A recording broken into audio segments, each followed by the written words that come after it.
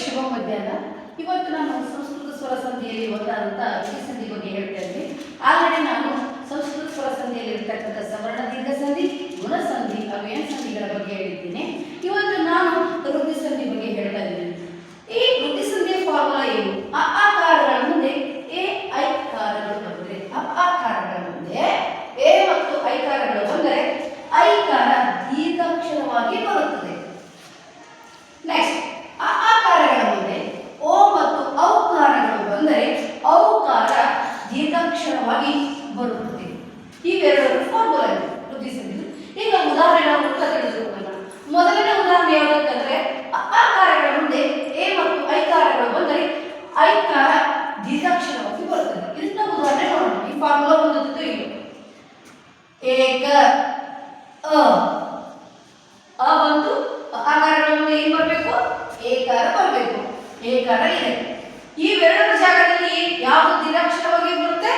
I, ಏಕೈಕ. ಅದೇ ರೀತಿ ಭಾವ, ಅಕಾರಗಳ ಮುಂದೆ ಹೇಗೆ ಎಕ್ಸಾಂಪಲ್ ಆಯಿತು, ಈಗ ಐ ಎಕ್ಸಾಂಪಲ್. ಭಾವ ಅಕಾರಗಳ ಮುಂದೆ ಐಕಾರ ಬಂದಿದೆ. ಇವೆರಡರ ಜಾಗದಲ್ಲಿ ಯಾವ ಅಕ್ಷರ ದೀರ್ಘಾಕ್ಷರವಾಗಿ ಬರುತ್ತದೆ? ಐ.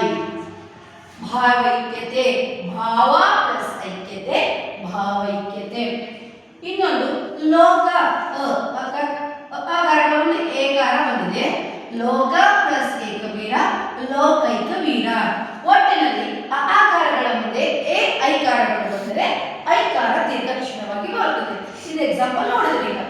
ಅದೇ ರೀತಿ ಇನ್ನೊಂದು ಫಾರ್ಮುಲಾ ಇದೆ. ಅಕಾರಗಳ ಮುಂದೆ ಔಕಾರಗಳು ಬಂದಾಗ ಔಕಾರ ದೀರ್ಘಾಕ್ಷರವಾಗಿ ಬರುತ್ತದೆ. ಇದಕ್ಕೆ ನಾವು ಎಕ್ಸಾಂಪಲ್ ನೋಡೋಣ ಈಗ. ಒಣ ಪ್ಲಸ್ ಔಷಧ, ಒಣ ಔಷಧ. ಯಾವ ರೀತಿ? ನ ಅಕ್ಷರನ ಸ್ಪ್ಲಿಟ್ ಮಾಡಿದಾಗ ಆ ಅಕ್ಷರ ಬಂತು. ಆ ಆಕಾರಗಳ ಮುಂದೆ ಏನು ಬರಬೇಕು? ಔಕಾರ ಬಂತು. ಔಷಧ, ಒಣ ಪ್ಲಸ್ ಔಷಧ.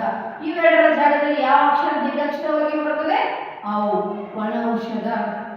ನೆಕ್ಸ್ಟ್, ಮಹಾ, ಮಹಾ ಪ್ಲಸ್ ಔದಾರ್ಯ, ಮಹೋದಾರ್ಯ. ಮಹಾ ಪ್ಲಸ್ ಔನ್ನತ, ಮಹೋನ್ನತ.